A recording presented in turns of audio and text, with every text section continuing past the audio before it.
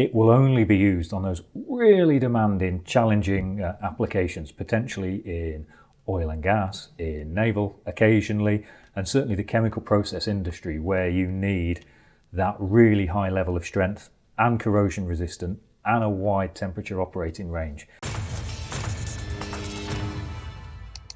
In today's Technical Corner, we're looking at a very special material you might never have heard about, or maybe even come across. But luckily enough, Rodney from Langley Alloy is going to tell us all about it. This is alloy 725. Now, what is it? It is a pretty rare alloy.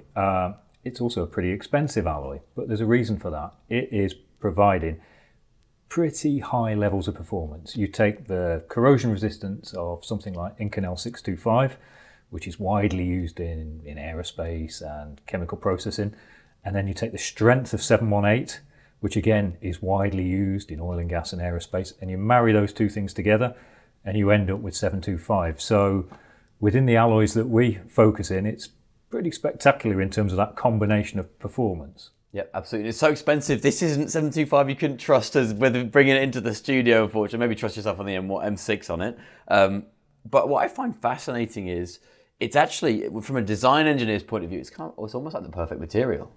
It certainly achieves, levels of performance that are right up there, and I guess that probably defines why it's not so widely used.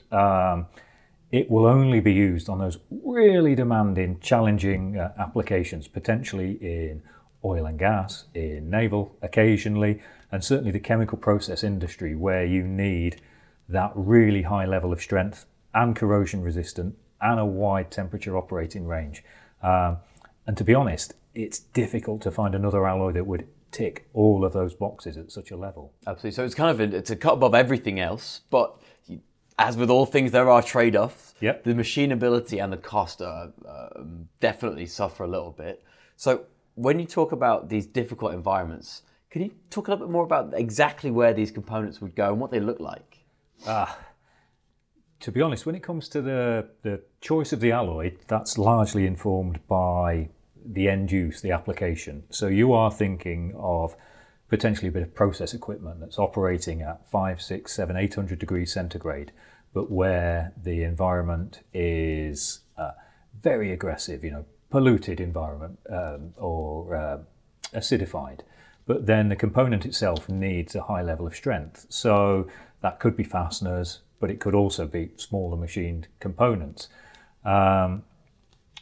It tends to be one of those products which is ordered for a specific project or end use in mind, not something that's just picked up and used on an everyday basis. Yeah, we carry it in stock in sort of smaller diameters where you can machine those sort of ancillary components, fixings and fasteners from.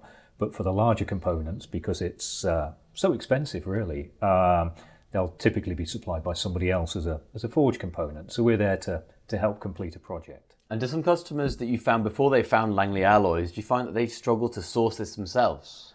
I think it's one of those things that will not come up that often, and quite possibly they're either going to go to an existing supplier like ourselves and say help, or they may just rely on Google, in which case hopefully they'll find us reasonably quickly as well. But either way, we'll have that conversation and we'll say, sure, we've got it available ex stock, we can sort you out. Yeah, absolutely. And for those design engineers who are looking at maybe doing these difficult components in harsh environments, what should they know about stock lead times? If it's quite a rare material, it might be quite hard to get hold of.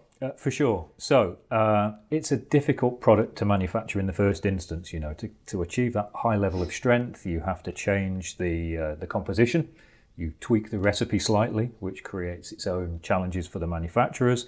It has an additional heat treatment process, which again adds additional time and additional cost.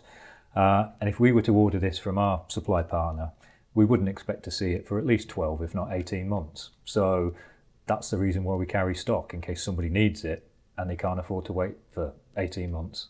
You mentioned the recipe earlier that makes the material. What exactly about the recipe makes it so special? It's a combination of what it's made from and how it's made. So it's a nickel-based alloy. 50 to 60% of its content is nickel, and nickel's an expensive constituent. So that's part of the story, but that helps to provide a really wide temperature operating range and good performance. You're then alloying it with other relatively expensive materials like molybdenum and titanium and chromium. So you put all of that together and you get something with, really, really good corrosion resistance. That's half the story.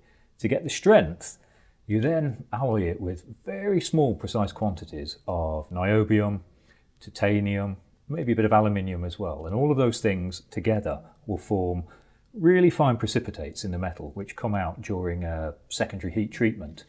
And those little precipitates help to strengthen the alloy. They pin the grain boundaries. That's the metallurgical explanation within it. Okay, we have to spend a lot of time to explain that, maybe. Yeah, exactly. But that's where the strength comes from. So you have a very precise recipe. You have that additional processing. You have that metallurgical phenomena of precipitation strengthening going on. And that gives you that combination of excellent corrosion and high strength together, which is difficult to achieve otherwise. And I guess that when customers are asking for material this specialist, they expect it to be tested, to be validated, to make sure they're getting what they're paying for. Not many people will manufacture it in the first place. It's not straightforward to manufacture. And almost by definition, it's only going to be used in mission critical projects. So it's one of those things that we source very carefully, and I guess our customers will do the same when they come to us. So that's alloy 725. It's got some fantastic chemical properties, capable of doing lots of different applications, and you can get it here from Langley Alloys.